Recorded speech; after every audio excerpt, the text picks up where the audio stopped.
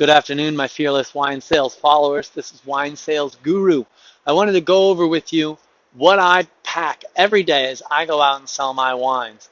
And it's not that I don't think that you pack the right things, but this is what I packed over years of doing this for success. And I'm a firm believer that setting yourself up for success before you go out is your drive for the day. You need to make sales, you need to impress people, you need to impart upon them the incredible quality and value of your product and the service that you're giving. And part of that is having a toolkit that really sets you up for success. It's simple, it's straightforward. You might say, yeah, I know, but it's good to know. So I'm going to walk you through everything that's in my bag every day for success. All right. First off, I want to start with the wines. I have 3 wines here, each with a different closure. All right. I have a red, a white, and a sparkling. Obviously, the sparkling has a sparkling closure, and I put a rubber band around it. Whatever you have, whatever works for you, I like to double check that my sparkling is not going to pop in my bag, open up, and lose carbonation, because I'm opening my sparkling bottle minimum 10 times a day for 10 different accounts. Multiple times at some accounts, if I take the top off, put it back on, and then they say, pour another one. And it's important. From one account to the next, the carbonation builds up pressure here as it bleeds out of the liquid. And you need to have a really nice topper on here. So make sure that whatever topper you use, you really put some safeguards on it, like a rubber band. The other one that I use, and this is my go-to, is this really nice just flip top. It's simple. I use it for still wines, and it makes my bottles look really nice. I do not like having a cork in the bottle.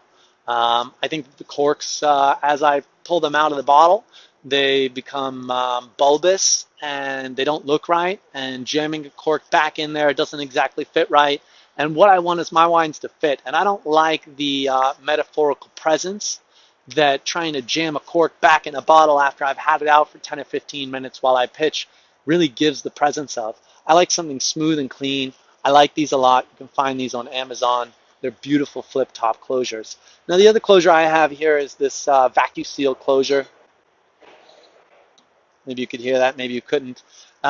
These are fantastic. I use these for big reds or delicate whites, and I like that. I like to show my customers that the pressure, that the pressure is broken, and that the air is leaking into it, so that they understand I care about my wines. These are important, and when you have that, it's important that you have this. When you pull your wines out on the table, you pull this out too, so that they know you're going to pump your wines, and you should at the very end when you put it back in. You should pump every wine in front of them so that they see you really care about these wines. This is not just a product to you. This is something that you feel wholeheartedly about. And that shows them exactly what level of quality you're bringing to them and what they would bring into their store from you. It's important to have a really good closure on your wines, not only to protect the bubbles, protect the wine, protect the oxygenation, but also to show your customers just what type of salesperson you are and the level of service and quality you represent. All right. Now the other thing that I want to show you is this little moleskin notebook and a pen. I live and die by these.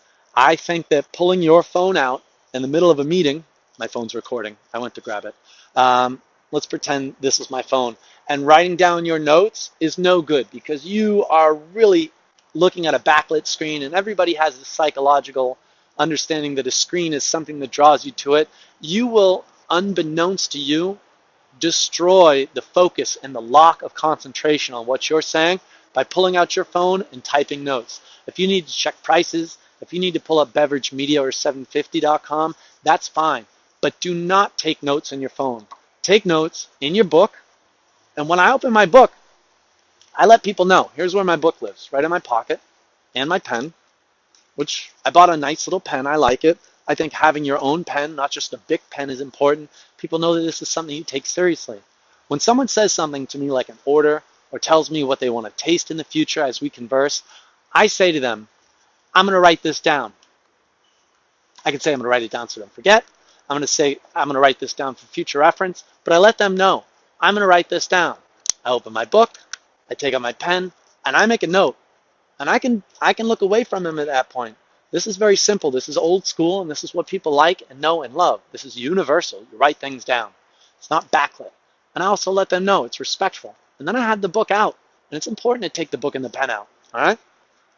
Please, if you don't have one, get a notebook and a pen. Write everything that you talk about in front of your customers down in here. When you get to your car, you leave the account, you can transfer it into your phone notes, which are also very important. I'm an avid Evernote user. All right, wine opener. Pretty obvious. You should be opening all of your wines before you leave your home base for your first account. Never open wines in front of an account.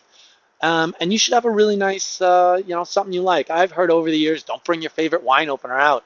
You may have to give it away. And you may, to make a deal. If someone's like, hey, I'll buy it, but you give me that wine opener because I like it, give it to them. But this has been my favorite wine opener for over a decade. And I bring it with me everywhere. And I think it's stylish. And I like it. And I can use it really well. And I think it makes a big difference to customers. This is something that I feel is, if it's close to your heart, then your customer will appreciate that. So make sure you have a wine opener. This is where I keep my cards. I also keep a few cards in my lapel pocket. But this is important. If someone gives you their card, or you take your card out of this and you give it to them, it's important that when you take your card back, or their card, you put it somewhere nice, somewhere safe. If I put a card in here, people know that's important. I put it somewhere special. This is not just going in my pocket. That's nice. This is a symbolism. And everything we do is symbolic until we can make the sale. The more symbolic gestures you can make based on quality and customer service, the more likely you're going to do business with this person repeatedly for a long stretch of time. So please, do yourself a favor. These are nothing, a couple of dollars at a store or on Amazon. Get yourself a business card holder and use it daily. Cups. I carry these 1 ounce cups. I get 500 of them off Amazon for 20 bucks. I know that these aren't snif and swirlable, but I can carry a lot of them with me, and I'm never left without cups. And you can still smell everything off of this, and it's important that you're not left empty-handed when you bring out a wine. If you pull out your wine and you say, oh, do you have a cup? That's a horrible question. You should be the one prepared. Maybe they have their own cup, and you say, I've got cups. And they say, no, that's all right. I have a glass that I use. They have a special glass they always use. That's fine. But you need to be prepared. And I think that having these 1 ounce cups really allows you to, one, if someone wants to switch the cup for every wine, that's great. They're little, they're disposable. Sorry, environment. But it's important that you have these. I have a lot, so I'm never left empty-handed. All right, what else? Well, it's important that you have a sell sheet. I have been out numerous times and seen salespeople without sell sheets. I can't tell you how hard my heart hurts. A sell sheet is something that you print up with the wines you're bringing out on beveragemedia.com or 750.com. I created this one on 750.com. I have these every day. And when I come to my accounts and I put down my wines, I ask them, would you like to see a sell sheet? Some accounts say no, in which case I take it, I put it face down. So they know it's there. I'm prepared. That's very important that you always have a sell sheet. And at the end of it, you flip it over and you show them these prices. If someone wants to ask you the price, you should have the sell sheet out. You should point them to the sell sheet, even if you can recite the price. It's important that they see the sell sheet. You may have notes on here. You want them to refer to the sell sheet later after you leave. If you didn't make the sale and you have to follow up, they need to know this. They need to be familiar with it by the time your pitch has ended, so that you can succeed in the follow-up. So, the other thing that you need is a printed portfolio. I have also often heard, can I send you a digital copy of our portfolio? I don't do printed. I'd like to save the trees. And while I would like to save the trees also, handing someone a physical copy is gratification. Do you have a portfolio? Yes. This question comes up a lot when you're prospecting. And it's important that you leave this. Even if they just throw it out, you've given them something, and that is incredibly symbolic. Not only have you given them something for free, but you've given them something that directly represents what you're going to be coming back about. It's important that you have printed copies, at least 10 every day, because I expect you to see 10 accounts every day. And you should be handing out these even to established accounts. This is my new fall portfolio. I'm going to give it to everybody that I already do business with so they can review it and feel good like I'm following up and giving them the tools they need to succeed with me and my company. Now, last thing, that's my daily routine. But the last thing, most important, is your bag. All right? Whatever your bag is, I prefer the hand carry bag. It's important that you have it, and it should look clean. All right? I've got a cat. I'm constantly cleaning the cat hair off of it. Also, you'll notice I don't have a logo on the front of my bag. I prefer not to. I bought this big black patch, and I put it on here. Now, I don't want people to see immediately a logo for a wine company on here. I look the part. They know I'm there, to do business. I have my bag in my hand, but it cuts down on that visual nuisance where in the back of their head they bring up any stereotypes, and it helps me cold call or prospect really easily to walk in with a bag that doesn't immediately say wine company all over it. Whatever it is for you, it's important to have a bag that looks good, feels good, and is clean and presentable. Do not have a bag that is overflowing with wine. When I put my wines in,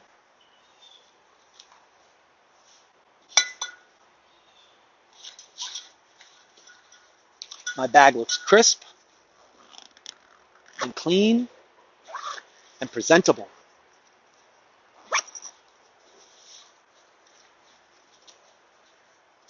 This is important because this is how you look to someone. I bring my wines out of a clean bag because my wines are clean. My bag looks respectable and presentable because my wines are respectable and presentable. This is your image. Your wines are a representation and going to taste as you represent them with your image and all of the tools you have.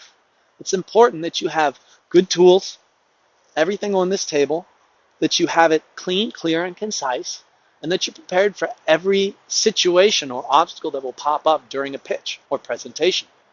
This is a very simple video. I hope that you like it. I hope that maybe you're missing one of these tools and it was eye-opening that you saw them. And I wish you the best of luck. Go forth, my fearless wine salespeople, and sell that wine. This is the Wine Sales Guru. Cheers.